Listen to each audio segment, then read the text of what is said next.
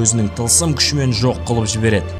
Осыдан 10 жыл бұрын барлық жерден түрлі мақлұқтар мекендейтін құпия қақпалар ашыла бастайды. Ол құбыжықтарды оқпен атып өлтіру мүмкін емес, бірақ қарсы тұратын жауынгерлер бар. Ол жауынгерлер күшіне қарай әртүрлі рангтарға бөлінген болатын. С, А, Б, С, Д және ең төмені Е. Бас кейіпкеріміз Джинву осы Е рангтан. Ол әдеттегідей қарындасының колледжі мен анасының еміне ақша табу үшін мақлұқтарды өлтіруге қақпаға барады. Барлық аңшылар қақпаға жиналып, Джинвуды келемеждей бастайды. Ей, Джинву, сенен асқан төмен рангтағы аңшы жоқ и болмайды дейді, сол рас па? Эх, бля. Қандай қыздар бетің тырнады сенің? Тормыз екен, бетіме жазылып тұр ғой.